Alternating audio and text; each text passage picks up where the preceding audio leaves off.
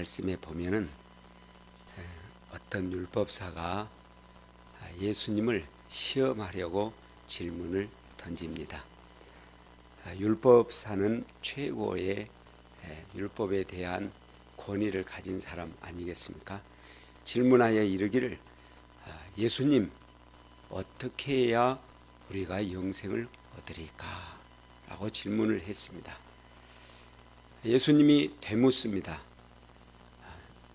성경에 뭐라고 기록되었느냐 되묻죠. 네가 알기는 어떻게 아느냐? 왜냐하면 율법사니까요.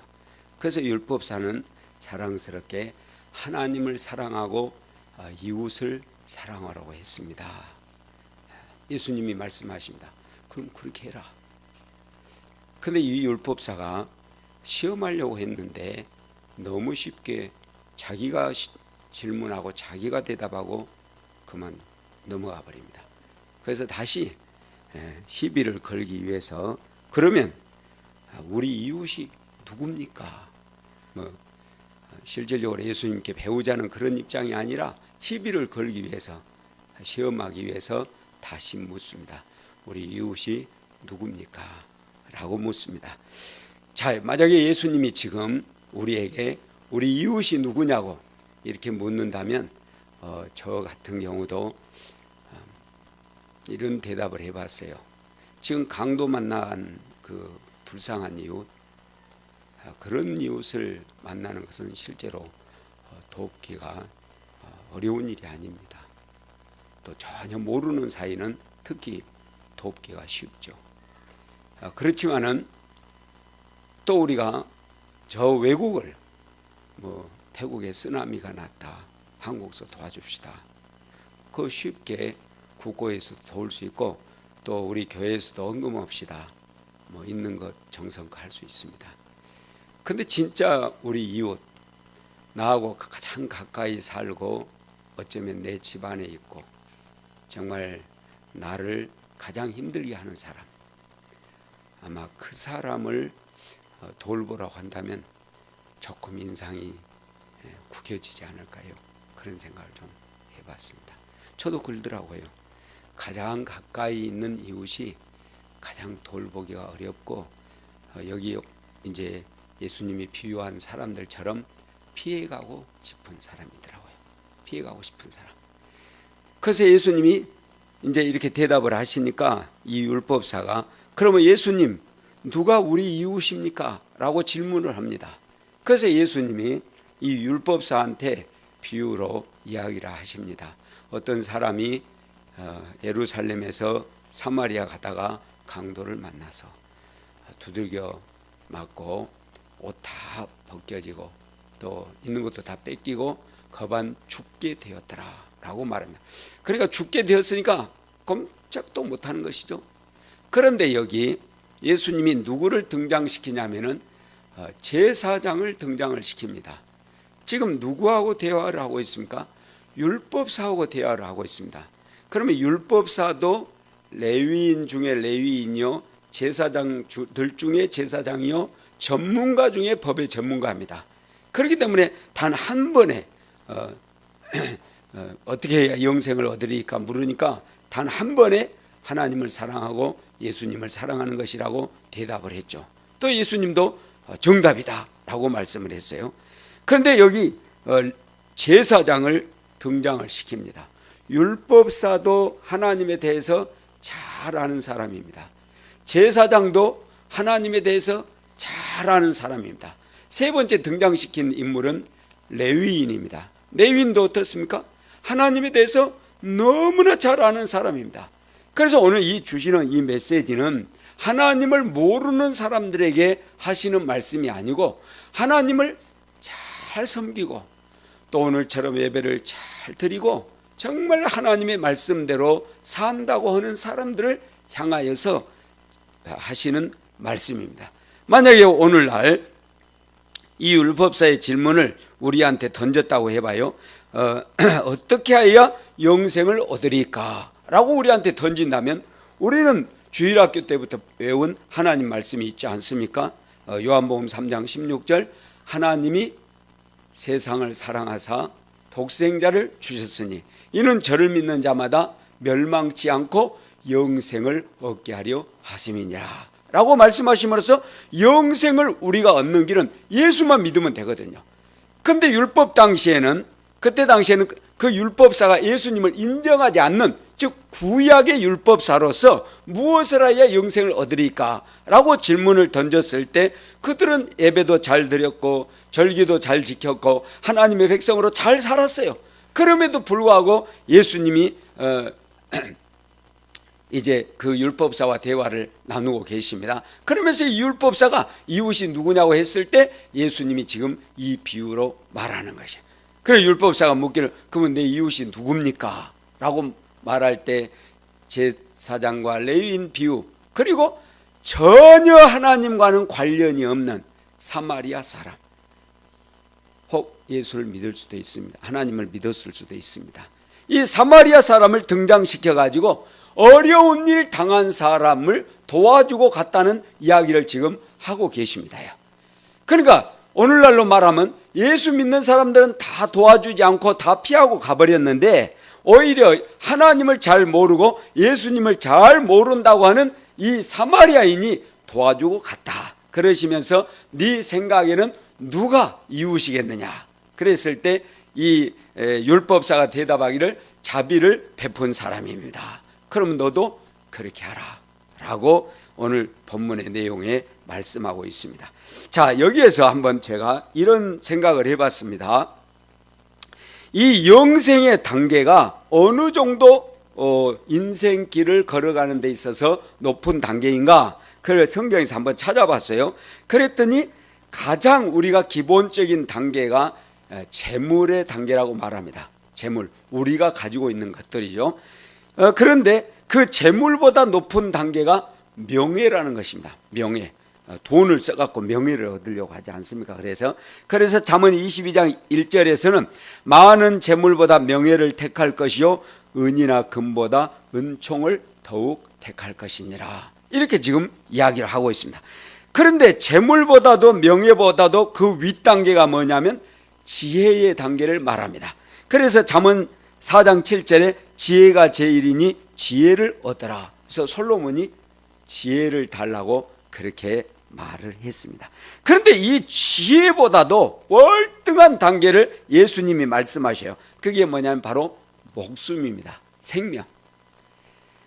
마태복음 16장 26절에 사람이 만일 온 천하를 얻고도 제 목숨을 잃으면 무엇이 유익하리요? 사람이 무엇을 주고 제 목숨을 바꾸겠느냐? 저렇게 삼성 이루어놨지만은 이병철 씨나 이건희 씨나 가보니까 끝나잖아요. 목숨이 이렇게 중요하다는 것이죠. 우리도 마찬가지입니다. 그런데 목숨보다 더 중요한 단계가 있습니다. 이 목숨이 끝난 다음에 하나님은 육신은 흙에서 왔으니 흙으로 돌아가고 우리의 영혼은 하나님께로부터 왔기 때문에 하나님께로 간다고 말씀하시면서 이 영혼의 소중성을 말합니다. 그래서 예수님은 누가복음 12장 20절에서 하나님은 이르시되 어리석은 자여 오늘 밤에 내 영혼을 도로 찾으지니 그러면 내 예비한 것이 네 것이 되겠느냐. 우리 죽도록 수고했는데 하나님 데려가 보면 아무것도 아니라는 거죠. 제가 갑자기 새벽 3시에 눈을 떴습니다. 그리고 소조 100만 대군이 창을 가지고 와서 제 몸을 난도질 해버린 것처럼 그런 고통이 밀려왔습니다.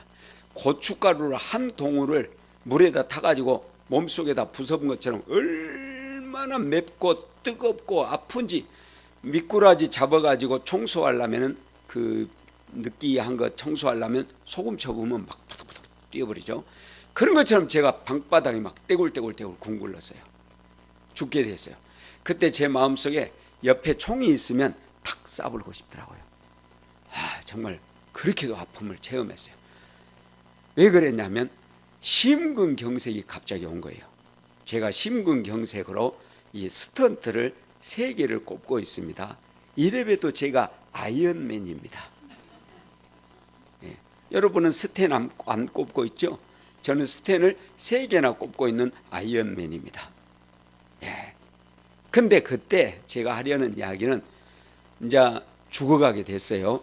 그게 심근경색 갑자기 돌발하면 20분 후에 죽는다더라고요. 근데 다행히 병원이 가까워서 살았어요.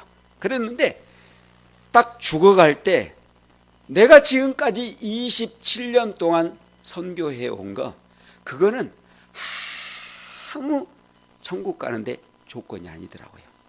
내가 은혜에 감격하고 감사해서 그 은혜로 살았던 것이지, 이건 아무것도 천국 가는데 도움이 되지 않았습니다. 근데 딱 한 가지 하나님이 내 가슴 속에 던지는 질문, 아쉬움이 있었습니다.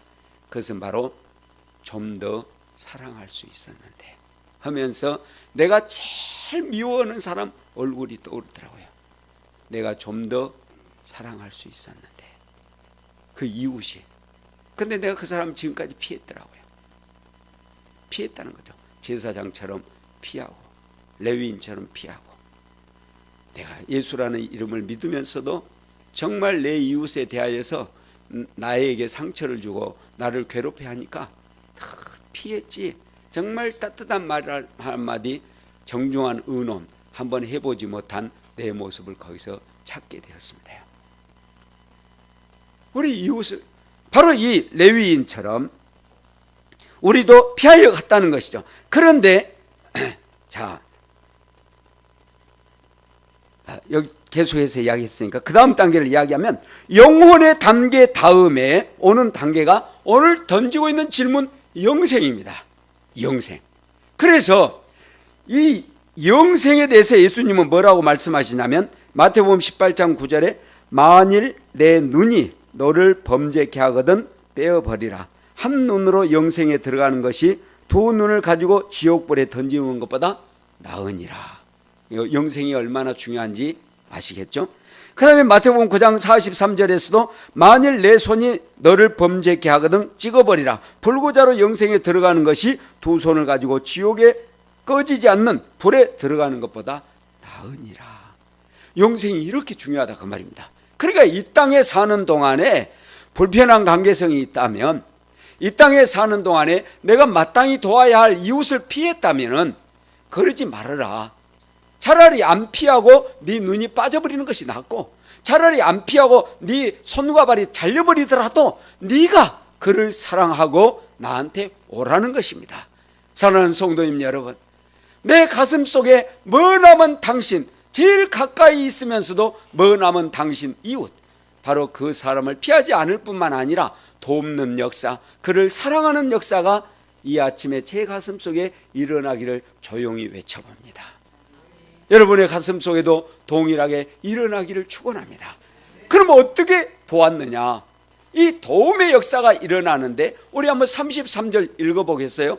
33절 말씀을 보겠습니다. 시작. 어떤 사마리아 사람은 여행하는 중에 거기 이르러 그를 보고 불쌍히 여겨 라고 말합니다. 그 윗구절에 보면 안 읽어도 보고 피하여 지나가고, 제사장도 보고 피하여 지나가고 레위인도, 그런데 이 사마리아인은 그를 보고 피하여 지나가고가 아니라 불쌍히 여겨. 그래서 제가 오늘 설교 제목을 불쌍히 여겨라고 말했습니다.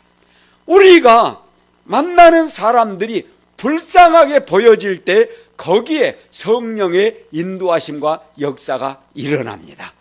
오늘 우리 푸른성교회 성도님들이, 우리가, 내 이웃이, 내 남편이, 내 아내가, 내 자녀가, 내 일가 친척이, 내 이웃이, 그 영혼이 너무너무 불쌍하게 여겨질 때, 그때부터 하나님께서 개입하시고 역사를 일으키시는데요. 어떤 역사를 일으키시냐면, 자, 불쌍히 여겨 34절 가서 볼까요? 시작. 가까이 가서 기름과 포도주를 그 상체에 붓고 싸매고 자기 짐승에 태워 주막으로 데리고 가서 돌보아 주니라. 헌신이 일어난다 그 말입니다. 어떤 헌신이 일어납니까? 오늘 본문에 보니까는 가까이 갔다는 것이죠. 남편을 피하지 않고, 아내를 피하지 않고, 자녀들 피하지 않고, 시부모님 피하지 않고, 보기 싫은 이유 피하지 않고 가까이 가는데, 하나님께서 그 마음속에 헌신을, 거룩한 헌신을 일으키십니다. 자, 그 소중한 기름을 허비합니다. 포도주를 허비합니다. 상처에 붓고 싸매줍니다. 자기 짐승에 태워줍니다. 자, 싸맬 때 자기 옷으로 했겠죠. 다 벗겨져 있으니까. 그뿐만 아닙니다. 나가서 주막으로 데리고 갑니다. 요즘 말로 호텔 비용을 지불하고 가서 저녁 내 돌봐줍니다. 35절에 보면 그 이튿날까지 그가 주막 주인에게 이제 말하고 있는 모습을 보는데 그 이튿날까지 도와줬다는 거죠. 그리고 데나리온 2를 주면서 이 사람을 잘 돌봐주시오. 비용이 더 들면 내가 다시 돌아와 가지고 다 갚아주겠습니다. 자, 성도님 여러분, 이 장사꾼 나중에 여기 왔을까요? 안 왔을까요? 네, 저는 100% 왔다고 생각합니다. 또 장사꾼이니까 자주 거리 왕래했을 것 같아요. 그러면서 끝까지 책임져 줬다는 것이죠. 그래서 우리가 내 이웃을 향하여서 나아가는 것은 사랑과 희생과 끝까지 돌봐주는 자세로 나아간다는 것입니다. 이것이 우리 이웃을 향한 사랑이라는 것이죠. 오늘 옆에 남편이 계시면은, 아내가 옆에 있으면 한번 당신은 내 사랑, 내 이웃입니다. 한번 이야기해 보세요. 오늘 부부가 없어요. 예. 혼자 오신 분들이 많으신데 제가 혼자 와서 그럼 옆 사람하고 이야기해 보세요. 당신은 내 사랑, 내 이웃입니다. 할렐루야. 그래요. 어쩌면 그 사람 때문에 내가 상처받았을 수 있어요. 어쩌면 그 사람 때문에 이 강도처럼 내 영혼이, 내 심정이, 내 마음이 완전 죽을 지경에 이를 수 있어요. 그럼에도 불구하고 그를 향하여서 나아가라고 오늘 예수님은 말씀하고 계십니다. 저는 정말로 태국 가기 싫었던 사람이에요.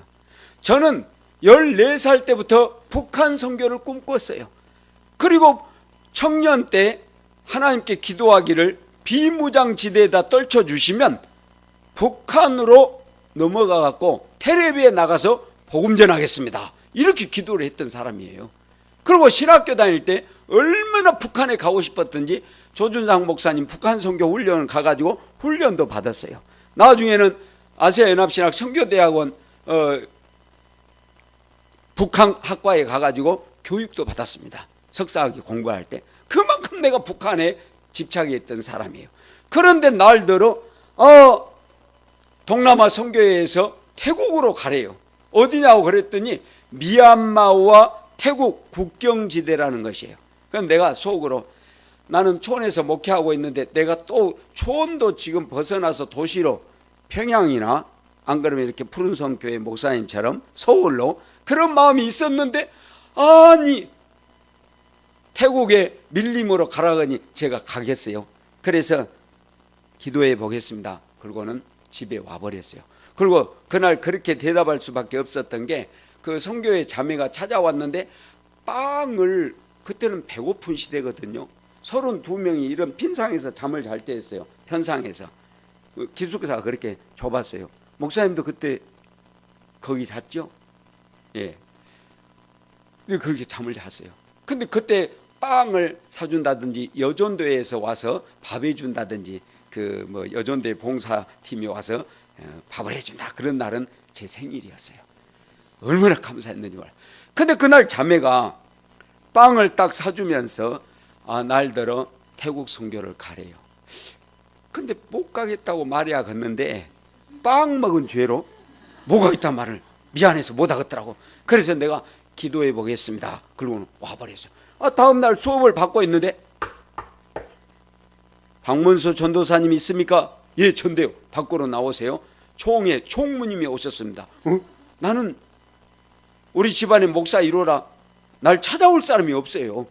그래서 복도로 딱 나갔더니 총무님이 오셔가지고, 박문수 전도사님이니까 예, 악수 한번 합시다. 예, 손을 잡아요. 덩치가 크세요. 손을 딱 잡아 흔들면서 태국 선교 지원하신 것을 감사합니다. 저는 기도해 본다고 그랬지 지원하지 않았는데요. 처음에는 다 그렇게 말합니다. 와, 근데 가기가 싫은 거예요. 갈까 막 가라 하는데. 근데 내가 손을 빼면서 안 가려고 집에 가서 한 달간 기도해 본 다음에 아내가 가자 그러면 가겠습니다. 그리고 한 달간 나만 기도해요. 근데 기도 제목이 못 가겠다고 기도하는 거예요. 하나님, 나는 이제 가서 언제 공부합니까? 38살 되면 안 돼요. 지금 34인데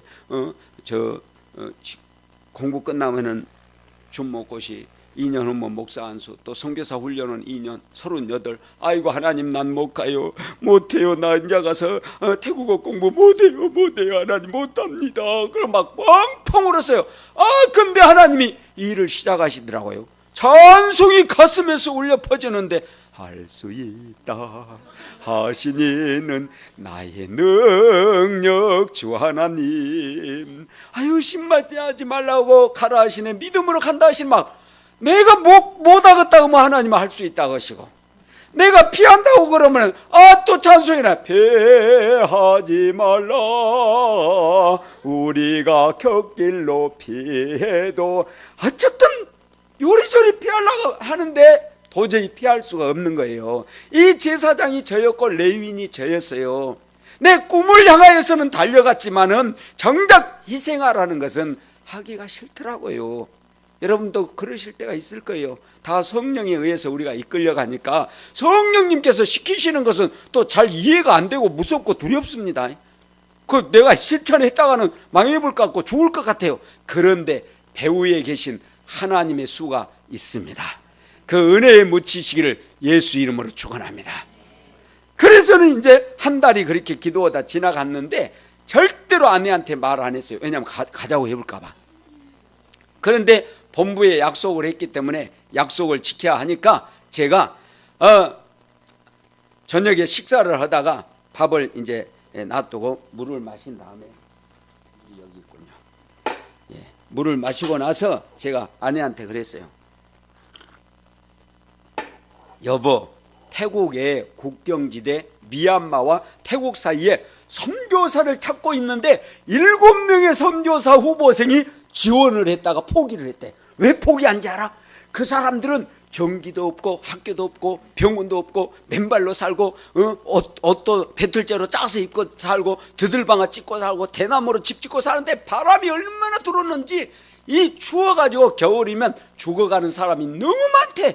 여보, 그리고 거기는 제일 문제가 밥이 없어서 화전을 일고 먹고 사는데 얼마나 식량이 부족하든지 노인들이 겨울이면 수두룩하니 죽어간대. 여보, 그런 데는 갈 곳이 못 되지? 정말 그러겠네요. 그렇게 말을 해야 돼요. 근데 우리 아내가 나를 뻔히 쳐다보더니 수제를 빼고 물을 딱 마시고 나서는, 여보, 왜? 그런 데는 당신이 가시오. 와, 성령님이 햄머로 때려본 것 같더라고. 그래서 내가 화가 나고, 나는 북한 선교한다고 했지 태국 선교한다는 말 안 했다. 그러니까 아내가 하는 말이, 북한 문은 안 열렸으니까 열린 태국부터 가시오. 우리가 원서 써갖고 간다면은 실력이 없어 못 가겠지만은 7명의 선교사들이 포기해본 어려운 데라면 당신이 가야 되지 않겠냐고. 그러는데 하나님이 가라고 하시는 것 같더라고요. 그래서 내가, 여보, 내가 가게 되면 당신도 고생할 건데 괜찮냐? 그랬더니, 나는 당신과 결혼할 때 이미 예수님만 따라가는 당신 따라가기로 결심했어요. 그러는 거예요. 더 이상 대답을 못 하겠더라고요. 그래서 본부에 가서 이야기를 했더니 너무 좋아해요. 3가지가 좋았대요. 왜냐하면 첫째는요, 우리가 결혼하고 7년 동안 자녀가 없었어요. 근데 자녀 없은 게 좋았대요. 나는 속설인데 윌림에 가야 되니까. 2번째, 신학을 막 졸업해서 따끈따끈해서 좋았대요. 3번째로 제가 날씬했어요. 그때는 58kg였거든요. 지금은 제가 65kg가 됐습니다. 58kg인데 거기다가 산을 잘 타는 등산가, 마라톤 선수, 태권도 5단, 쿵후 2단, 쌍절 이렇게 하는 거 알까 우리 시대를? 이소룡의 정무문 막 그런 거 따라서 했던 시대예요 우리는. 그러니까 너무 좋더래요. 그래가지고는 본부에서 신학교 학비, 선교 훈련을 학비도 내주고 졸업식장에도 다 오고 용돈도 오고 막 너무 좋아갖고 내가 가서 간다고 말했더니, 그런데 나중에 30개 후원교회를 만들어갖고 오래요. 그래서 제가 화가 나가지고 나는 못한다고 그러고는 안 간다고 그래버렸어요. 안 간다 했더니 놀래가지고 그럼 안 가도 좋으니까 태국 구경만 한번 갔다 오고, 내가 안 가는데 왜 갑니까? 그랬더니 공짜로 여행시켜주니까 갔다 오래요. 아, 이거 공짜 좋아하면 안 되겠더만. 그래서 이제 여권을 들고 태국을 갔어요. 밀림에, 깊은 밀림에 들어갔는데 아주머니가 오더니는 날들어 그래요. 오미? 그래서 내가 한 오후 3시쯤 됐는데 이렇게 손을 가리키면서 오미? 그러게 밥 먹었냐? 꼭 그런 것 같더라고. 그래서 나도 얼른 영어로 대답했지. 노미? 나 잘했죠. 그랬더니 가더니 밥을 한 소쿠리를 가져왔어요. 그럼 이 밥을 한 30명 먹겠구나 생각하고 기다리는데 아무리 기다려도 안 와요. 그래서 창문을 열고는 딱 밖에 본 게 밥 갖다 놓은 아줌마가 그 나무 교회 기둥에 기대고 이러고 있어요. 이리 와보시오. 한국말로 이리 와보시오. 통하지도 않는데 그래도 이렇게 옮겨 오르더라고요. 오라고.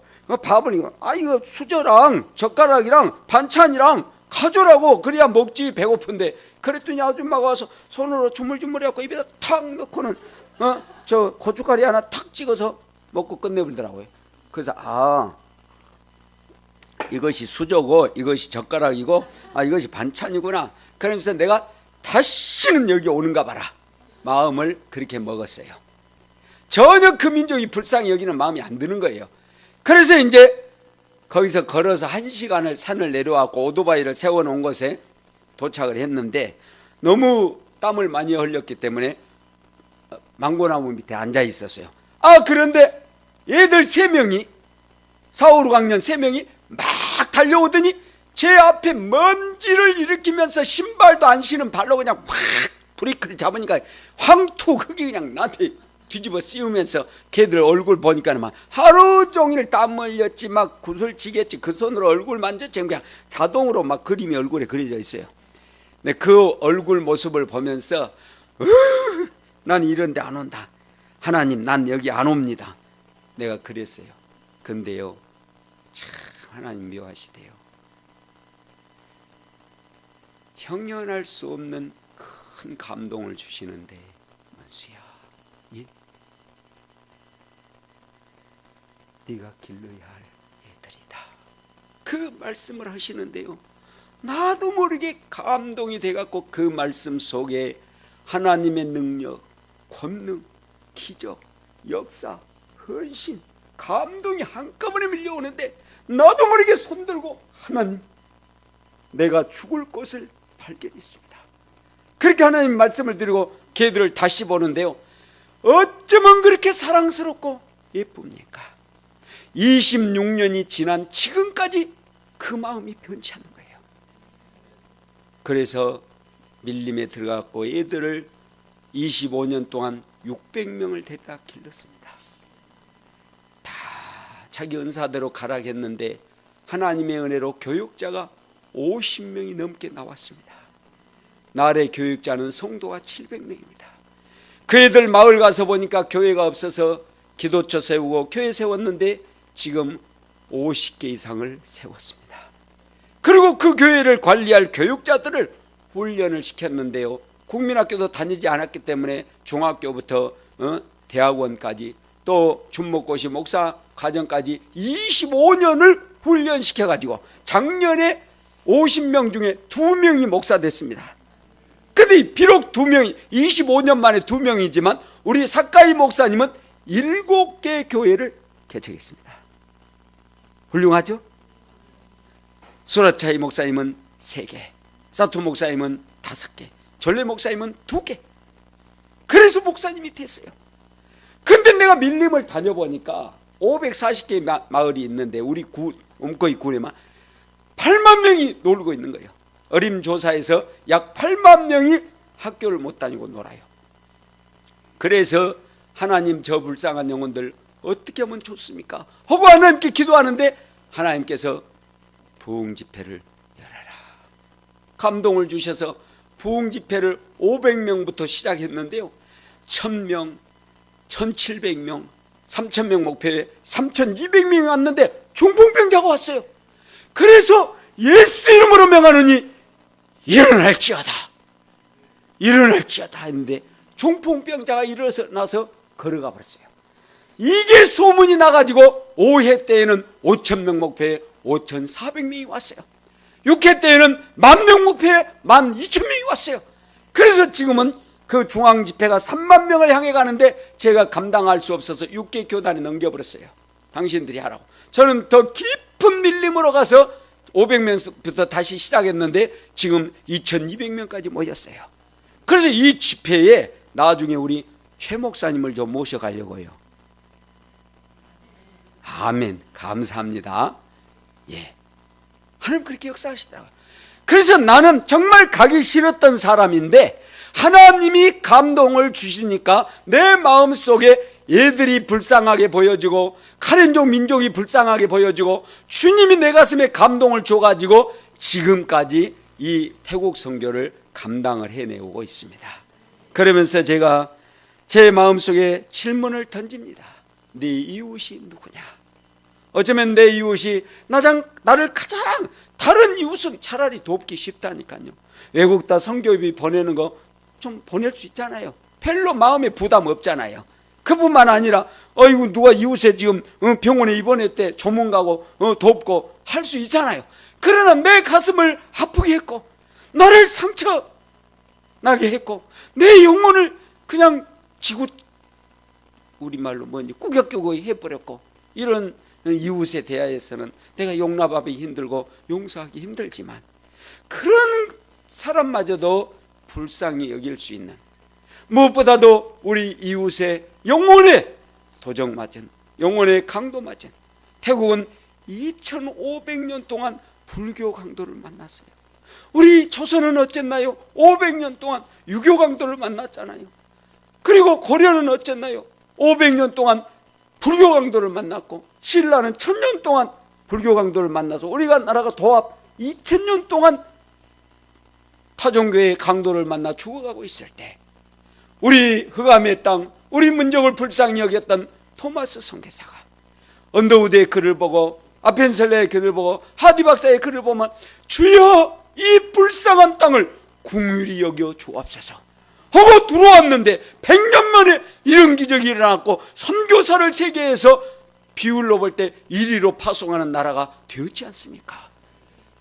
이런 불쌍한 마음이 해외로도 나가지만은 내 가장 가까운 사람들에게 생겨져서 그들을 위해 기도하는, 그래서 그들을 살려내고 가까이 가서 내 참 소중한 기름을 그를 위해 쓰고 내 소중한 포도주를 그를 위해 쓰고 내 소중한 시간을 그를 위해 쓰고 내 소중한 옷을 벗어서 그에게, 자존심의 옷을 벗어서 그에게 주고 해서 내 불쌍한 이웃이 살아나 우리 푸른성 교회가 우리 태국에 올 날이 있기를 기대합니다.